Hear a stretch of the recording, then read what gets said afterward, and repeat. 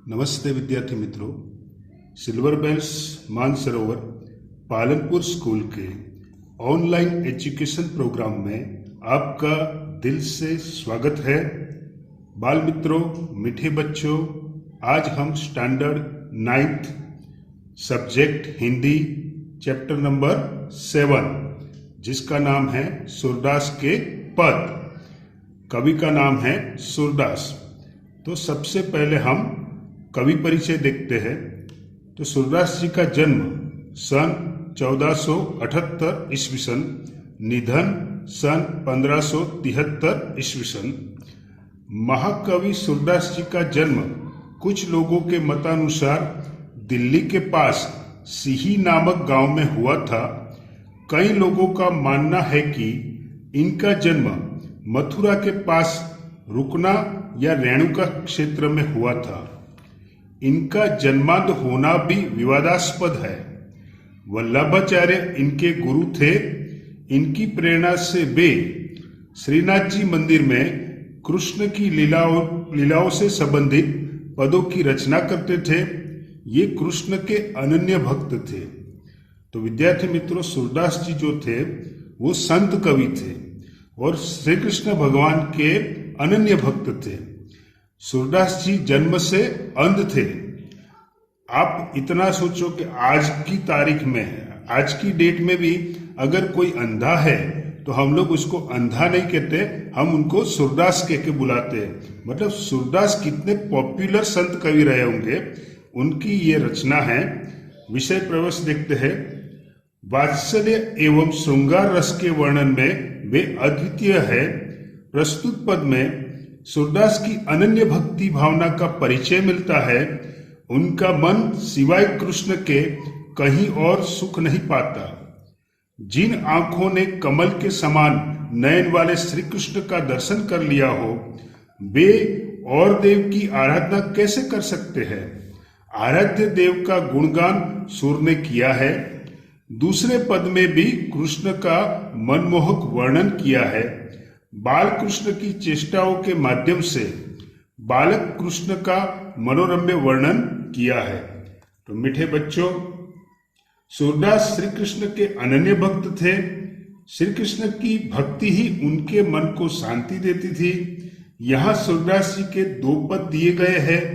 पहले पद में श्री कृष्ण के प्रति उनकी अनन्य निष्ठा के दर्शन होते हैं। दूसरे पद में घुटनों के बल चलते बाल कृष्ण की अनुपम छवि का वर्णन है। तो पहला पद हम देखते हैं। मेरो मन अनंत कहाँ सुख पावे, जैसे उड़ी जहाज को पंछी फिरी जहाज पर आवे। कमल नैन को छांडी महातम और देव को ध्यावे। परम गंगा को छांडी पियासु दूरमती कूप खनावे। जिहि मधुकर अंबुज रस चाख्यो, क्यों करिल फल भावे। सूरदास प्रभु कामधेनु तजी, छेरी कौन दुहावे। तो यहां पर शब्दार्थ कुछ देखते हैं। अनंत का मतलब होता है अन्यत्र। कमल नयन, इसका मतलब होता है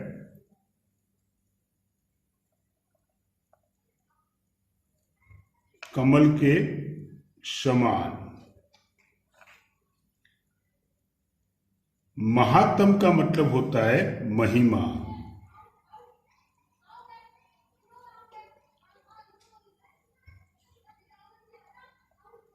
छांडी का मतलब होता है छोड़कर।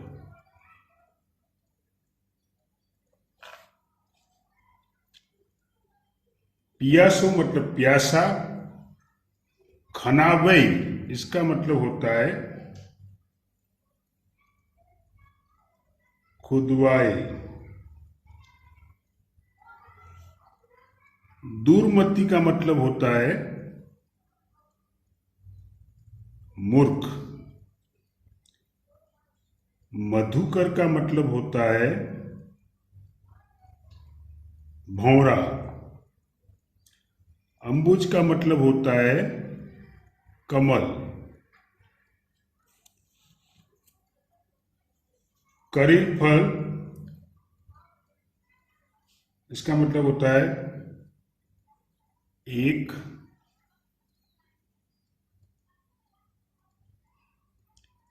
कंटीला पौधा, एक कंटीला पौधा। कामधेनु,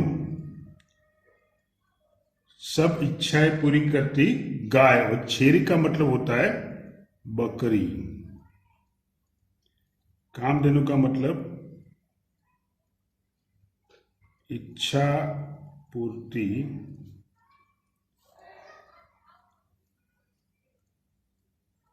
करने वाली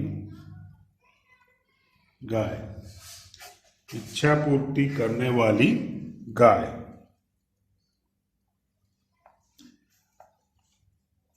तो फिर से देख लेते हैं। अनत का मतलब अन्यत्र, कमल नयन का मतलब कमल के समान,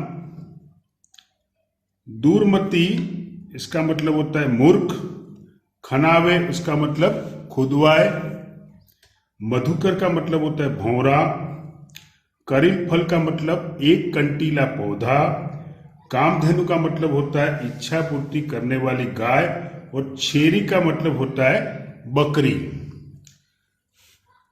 विद्यार्थी मित्रों, ये जो पद है, अगर आपको शब्दार्थ समझ में आएंगे तभी ये पद समझ में आएगा। ये पद रियल में बहुत इजी है और इंटरेस्टिंग पद है, लेकिन शब्दार्थ समझ में आना चाहिए। तो देखते हैं पद नंबर 1। मेरो मन अनंत कहाँ सुख पावे। हे परमात्मा, सूरदास जी कहते हैं मेरा मन अन्यत्र, दूसरी जगह कहाँ सुख पाएगा। मतलब जो सूरदास जी जो थे वो श्री कृष्ण भगवान की अनन्य भक्ति करते थे। वो श्री कृष्ण भगवान के अलावा किसी और देवता को मानते नहीं थे। उनके लिए तो श्री कृष्ण भगवान ही सर्वस्व थे। वो कह रहे मेरो मन अनंत कहाँ सुख पावे। सूरदास जी कहते हैं कि मेरा मन श्री कृष्ण के सिवा अन्यत्र कहीं और सुख नहीं पाता। जैसे उड़ी जहाज को पंछी फिरी जहाज पर आवे। आपने समंदर में देखा होगा कि समंदर के बीच में जहाज है, और जहाज पर अगर कोई पंछी बैठा है और वो आसमान में उड़ता है तो समंदर इतना बड़ा है कि घूमकर भी वो वापस जहाज पर ही आएगा। तो यहां पर सूरदास जी कहते हैं जैसे जहाज का पंछी जहाज से उड़कर पुनः जहाज पर ही आता है, क्योंकि समंदर इतना विशाल है और वो समंदर से भी इतना प्यार करता है और जहाज से भी इतना प्यार करता है, तो वो वापस कहां पर आएगा, जहाज पर ही आएगा। इसी प्रकार मेरा मन जो है वो श्री कृष्ण पर ही वापस आता है। कमल नैन को छांडी महात्म और देव को ध्यावे। कमल नयन मतलब कमल के समान नयनों वाले। कमल नयन श्री कृष्ण की महिमा को छोड़कर अन्य देव को मैं उपासना करने वाला नहीं हूं। आई रिपीट, कमल के समान नयन, कमल नयन श्री कृष्ण की महिमा को छोड़कर और किसी देवता को मैं उपासना करने वाला नहीं हूं। परम गंगा को छांडी पियासो दूरमती कूप खनावे। अब कूप का मतलब होता है कुआं। परम गंगा, गंगा एक नदी का नाम है। तो प्यासा व्यक्ति पवित्र गंगा को छोड़कर, अगर प्यासा व्यक्ति के पास में पवित्र गंगा बह रही है उसको छोड़कर, दूरमती मतलब मूर्ख, अगर कोई व्यक्ति मूर्ख ही होगा जो कुआं खुदवाएगा, पानी के लिए कुआं खुदवाएगा, क्योंकि उसके पास में, उसके निकट में क्या है, परम गंगा है, बराबर, पवित्र गंगा है। तो पवित्र गंगा को छोड़कर कोई प्यासा व्यक्ति अगर कुआं खुदवाएगा तो वो कैसा है, मूर्ख है। यहाँ पवित्र गंगा मतलब श्री कृष्ण भगवान। जिही मधुकर अंबुज रस चाख्यो क्यों करिल फल भावे। जिन्होंने, जो मतलब मधुकर का मतलब होता है भौरा, जिस भंवरे ने कमल का रस चखाओ, अंबुज मतलब कमल, जिस भंवरे ने कमल का रस चखाओ वो करीले के फल को क्यों पसंद करेगा। जिस भंवरे ने कमल के रस का स्वाद चख लिया हो उसे करील फल का स्वाद अच्छा नहीं लगेगा। मतलब कमल का रस मतलब यहाँ श्री कृष्ण भगवान के भक्ति का रस। सूरदास प्रभु कामधेनु तजी, छेरी कौन दुहावे, छेरी का मतलब होता है बकरी, कामधेनु का मतलब इच्छा पूर्ति करने वाली गाय। तो सूरदास जी यहाँ पर कहते हैं मेरे प्रभु तो कामधेनु के समान हैं, इच्छा पूर्ति करने वाली गाय के समान हैं, उनको छोड़कर बकरी को कौन दुहेगा। अगर कामधेनु गाय आपके पास है तो बकरी को कौन दुहेगा। फिर से एक बार देखते हैं, मेरो मन अनंत कहाँ सुख पावे। तो सूरदास जी कहते हैं मेरा मन श्री कृष्ण के सिवा कहीं और सुख पाता नहीं है। जैसे उड़ी जहाज को पंछी फिरी जहाज पर आवे, जैसे समंदर के अंदर, समंदर के भीतर जो जहाज होता है तो वो जहाज से पंछी उड़कर जाएगा तो फिर वापस कहाँ पर आएगा, जहाज पर ही आता है। ऐसे ही मेरा मन जो श्री कृष्ण भगवान के अलावा कहीं और जाता नहीं है, वापस श्री कृष्ण पर ही आता है। कमल नैन को छांडी महात्म और देव को ध्यावे, कमल के समान नयनों वाले श्री कृष्ण भगवान के महिमा को छोड़कर और किसी देवता की उपासना मुझे नहीं करनी है। परम गंगा को छांडी, जिसके पास अगर कोई व्यक्ति प्यासा है और उसके पास में ही परम गंगा है, पवित्र गंगा है, उसको छोड़कर अगर कोई प्यासा व्यक्ति कूप खनावे, कूप मतलब कुआ, कुआ खुदवाए तो वो कैसा है, मूर्ख है। जिही मधुकर अंबुज रस चाख्यो, जिस भंवरे ने, मधुकर मतलब भंवरा, जिस भंवरे ने कमल का रस चखा हो, जिस भंवरे ने कमल के रस का स्वाद लिया हो उसे क्यों करील फल भावे, उसे करील का फल कैसे अच्छा लगेगा। सूरदास प्रभु कामधेनु तजी, छेरी कौन दुहावे। सूरदास जी कहते हैं मेरे प्रभु तो कामधेनु के समान है, इच्छा पूर्ति करने वाली गाय के समान है, उनको छोड़कर छेरी कौन दुहावे। छेरी मतलब बकरी, तो बकरी को कौन दुहेगा।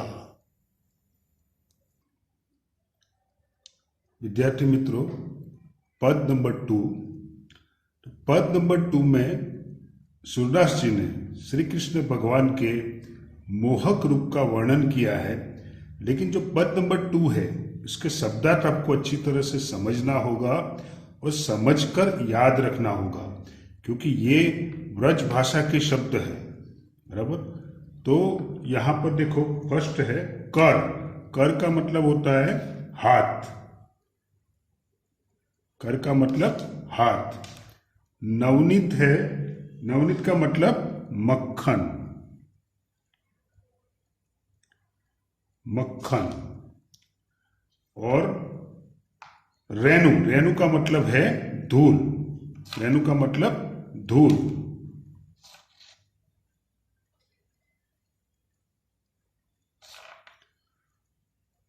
उसके बाद मंडित, मंडित का मतलब सुशोभित, सुशोभित।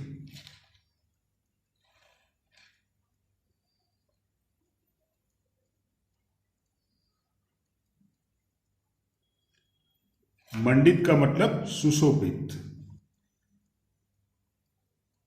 चारु, चारु का मतलब सुंदर, चारु का मतलब क्या होगा, सुंदर।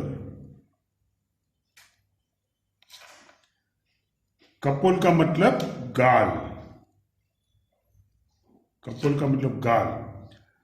लोल का मतलब चंचल, चंचल। लोचन का मतलब नेत्र।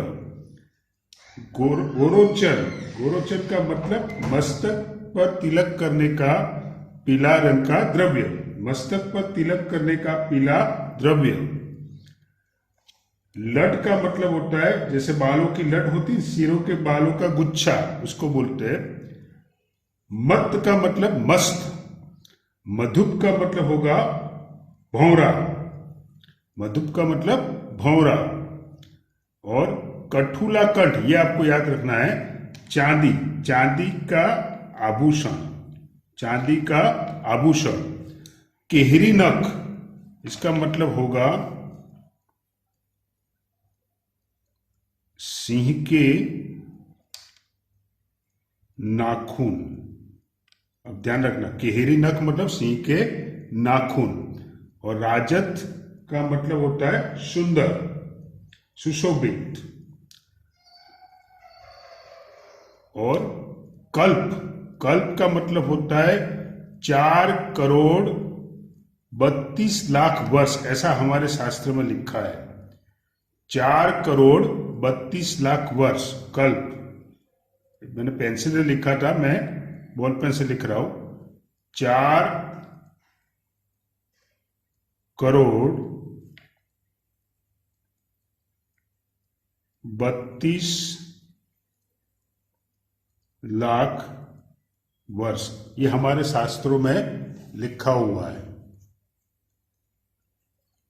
तो फिर से देख लो, कर माने हाथ, नवनीत माने मक्खन, रेणु माने धूल, मंडित माने सुशोभित, चारु माने सुंदर, कपोल माने गाल, लोचन माने नेत्र, लोल माने चंचल, गोरोचन, गोरोचन लिखा है मतलब पीला, पीले रंग का द्रव्य, मस्तक पर तिलक करने के लिए पीले रंग का द्रव्य। लट मतलब बालों का गुच्छा, मत मतलब मस्त, मधुप मतलब भौंरा, कठुला कंठ, ये याद रखना, चांदी का आभूषण। केहरी नख, इसका मतलब, केहरी मतलब सिंह, सिंह के नाखून। और कल्प मतलब, कल्प मतलब 4,32,00,000 वर्ष, 4,32,00,000 वर्ष। तो पद नंबर 2 जो है उसमें शब्दार्थ खास याद रखना। तो देखते हैं, शोभित कर नवनीत लिए, मतलब सूरदास जी जो है वो श्री कृष्ण भगवान के रूप का वर्णन कर रहे हैं। तो श्री कृष्ण भगवान कैसे है? शोभित कर नवनीत लिए, हाथ में मक्खन लिए हुए। आपको पता है श्री कृष्ण भगवान को मक्खन ज्यादा प्रिय था, तो शोभित कर नवनीत लिए, हाथ में मक्खन लिए हुए बाल श्री कृष्ण, घुटुरनी चलत, घुटुरनी चलत मतलब घुटनों के बल पर चलते। आपने छोटे बच्चे को देखा होगा, तो छोटा बच्चा जो है वो घुटनों के बल पर चलता है। तो श्री कृष्ण भगवान कैसे चल रहे हैं? घुटनों के बल पर चल रहे हैं। उनके शरीर पर क्या है? रेणु तन मंडित, रेणु मतलब धूल, उनके शरीर पर धूल लगी हुई है। आप देखो श्री कृष्ण भगवान का वर्णन है, लेकिन नन्हे नन्हे श्री कृष्ण भगवान का वर्णन है। तो श्री कृष्ण भगवान का शरीर धूल से लिप्त है, धूल लगी हुई है। मुख दधि लेप किए, तो और मुख पर दधि, तो दधि माने दही, दही का लेप किया हुआ है, मतलब दही लगा हुआ है। तो ये दो पंक्ति फिर से देखते हैं, शोभित कर नवनीत लिए। तो सूरदास जी कहते हैं, मेरे श्री कृष्ण हाथ में मक्खन लिए हुए, घुटरुनी चलत, घुटनों पर चलते हैं, रेणु तन मंडित, उनके शरीर पर धूल लगी हुई है, उनके शरीर पर धूल लगी हुई है। मुख दधि लेप किए, उनके मुख पर दही लगा हुआ है। आपने श्री कृष्ण भगवान को देखा होगा, छोटे से श्री कृष्ण भगवान को, नन्हे नन्हे बाल कृष्ण को, तो वो घुटनों के बल पर चलते हैं, उनके शरीर पर धूल लगी हुई है और उनके चेहरे पर, मुख पर दही लगा हुआ है।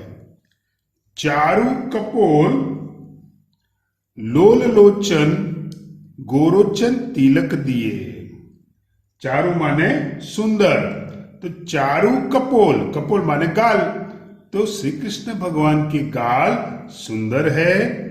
चारु कपोल मतलब श्री कृष्ण भगवान के गाल सुंदर है। लोल लोचन, लोचन माने नेत्र, तो उनके नेत्र कैसे है? चंचल है। ये पंक्ति फिर से देख लो। श्री कृष्ण भगवान के गाल, कपोल माने गाल, कैसे है? सुंदर है। और लोचन, लोल मतलब लोचन माने नेत्र, उनके नेत्र कैसे है? चंचल है। गोरोचन तिलक दिए, उनके मस्तक पर गोरोचन का तिलक लगा हुआ है, मतलब पीले रंग का जो द्रव्य है उसका तिलक लगा हुआ है। फिर से पंक्ति देख लो। उनके गाल सुंदर है, नेत्र चंचल है और उनके मस्तक पर गोरोचन मतलब पीले रंग के द्रव्य का तिलक लगा हुआ है। लट लटकानी मनुमत, मधुप गन मादक मधु ही पिए। तो लट लटकानी, सिर के दोनों ओर लटे झूल रही है। ये बालों के गुच्छे, आपको पता है श्री कृष्ण भगवान के बाल घुंघराले बाल थे, तो उनके बाल, जो बाल का गुच्छा है वो उनके सिर के दोनों ओर लटे झूल रही है, बालों की लटे झूल रही है। मनुमत मधुप गण, मधुप माने भौरा, मत माने मस्त, वे मस्त मधु पीकर, यानी जैसे भौरा जो होता है कमल में से मधु पीता है, ऐसे वे मस्त मधु पीकर भौरे की तरह उनका चेहरा लग रहा है। फिर से देखते हैं। लट लटकानी, उनके सिर के दोनों ओर लटे झूल रही है। मनुमत मधुप गण मादक मधु ही पिए। आपको पता है, आपने गार्डन में देखा होगा, तो भौरा जो है वो फूलों में से रस का सेवन करता है। तो ऐसे ही श्री कृष्ण भगवान वे मस्त मधु पीकर मस्त हुए भौरे के समान लग रहे हैं। यानी जो भौरा होता है वो कमल का या फूलों का रस पीकर जिस प्रकार मस्त होता है, इस प्रकार श्री कृष्ण भगवान भी कैसे लग रहे हैं? मस्त लग रहे हैं।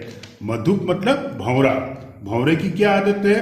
वो जो फूल होते हैं, फूलों में से रस को ग्रहण करते हैं। तो रस को ग्रहण करने के बाद भौरा जिस प्रकार मस्त होता है, इस प्रकार श्री कृष्ण भगवान दिख रहे हैं। कठूला कंठ, अब उनके आभूषण क्या है? तो कठूला कंठ, वज्र केहरी नख, राजत रुचिर हिये। कटुला कंठ, इसका मतलब गले में पहने हुए चांदी का आभूषण। कंठ मतलब गला, कंठ मतलब गला, कठुला मतलब चांदी, तो गले में पहने हुआ चांदी का आभूषण। वज्र केहरी नख, केहरी नख मतलब सिंह के समान नख, उनके नाखून कैसे है? सिंह के समान नख है उनके। और राजत रुचिर हिये, और बजुर बट्टू की माला हृदय पर सुशोभित है। मतलब उनके, आपको पता है वैजयंती माला वो पहनते थे। तो फिर से देखते हैं।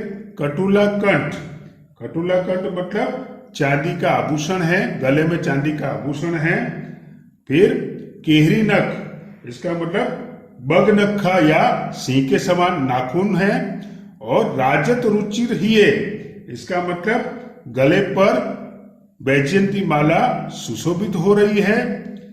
धन्य सुर एको पल इही, धन्य सुर एको पल इही सुख, का सत कल्प जिए। कल्प का मतलब 4,32,00,000 वर्ष। सत का मतलब होता है 100। तो यहां पर सूरदास जी कहते हैं कि बाल कृष्ण श्री कृष्ण की इस छवि को देखने के बाद, बाल कृष्ण श्री कृष्ण भगवान की इस छवि को देखने के बाद अगर 100 कल्प, एक कल्प मतलब 4,32,00,000 वर्ष, 100 कल्प भी अगर जीने को नहीं मिले तो कोई प्रॉब्लम नहीं है। अगर श्री कृष्ण भगवान का यही रूप आपने देख लिया है, दर्शन किया है, तो फिर आपका जीवन धन्य हो गया है। उसके अलावा आप 100 कल्प भी जियो तो वो व्यर्थ है। फिर से एक बार देख लेते हैं। शोभित कर नवनीत लिए, हाथ में मक्खन लिए हुए श्री कृष्ण भगवान घुटुरनी चलत, घुटनों के बल चल रहे हैं।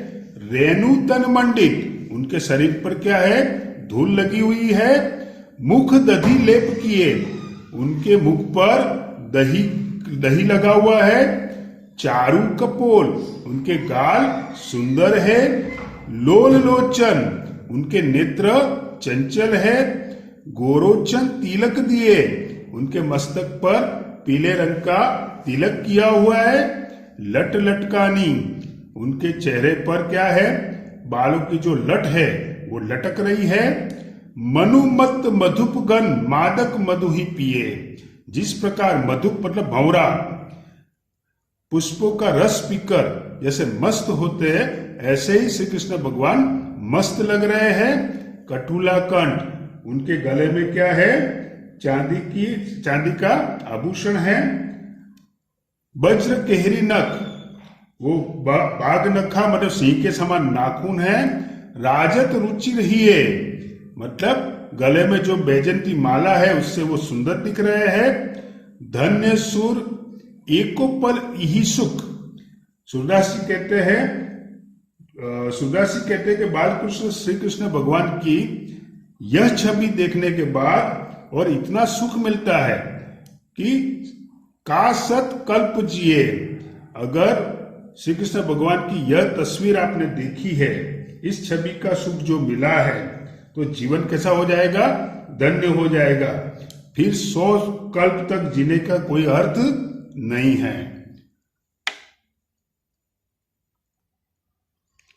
विद्यार्थी मित्रों, शब्दार्थ और टिप्पणी देखते हैं। अनत मतलब दूसरे स्थान पर, अन्यत्र। पंछी मतलब पक्षी, विहग। महात्म मतलब महानता, महात्म्य। ध्यावे मतलब ध्यान करे। छांडी मतलब छोड़कर। पियासो मतलब प्यासा। दुर्मति मतलब खराब बुद्धि वाला। करीला, इसका अर्थ होता है कंटीली झाड़ी। छेरी का मतलब होता है बकरी। चारु मतलब सुंदर। लोचन मतलब आंख। मादक मतलब नशायुक्त। बाल मित्रों, पेज नंबर 29 पर स्वाध्याय दिया है, उसमें क्वेश्चन नंबर 1, उसमें 1, 2, 3, 4 आपको लिखना है। पेज नंबर 30, उसमें क्वेश्चन नंबर 2, उसमें 1, 2, 3 आपको लिखना है। क्वेश्चन नंबर 3 आपको लिखना नहीं है। क्वेश्चन नंबर 4 वो आपको लिखना है। तो बाल मित्रों, ये जो पोएम थी सूरदास के पद, वो श्री कृष्ण भगवान के बारे में थी। सूरदास श्री कृष्ण के अनन्य और श्रेष्ठ भक्त थे। श्री कृष्ण की भक्ति ही उनके मन को शांति देती थी। यहाँ सूरदास जी के 2 पद दिए थे। पहले पद में श्री कृष्ण के प्रति उनकी अनन्य निष्ठा के दर्शन होते हैं। दूसरे पद में घुटनों के बल चलते श्री कृष्ण की अनुपम छवि का वर्णन है। और विद्यार्थी मित्रों, अगर आप शब्दार्थ को याद रखेंगे, क्योंकि ये ब्रज भाषा के शब्द है, ये पोएम जो है वो ब्रज भाषा, हिंदी है लेकिन हिंदी ब्रज भाषा की शब्द है, तो शब्दार्थ अगर आप याद रखोगे तभी आपकी समझ में आए पोएम आएगी। तो शब्दार्थ आपको खास याद रखने हैं। थैंक यू, आभार, धन्यवाद।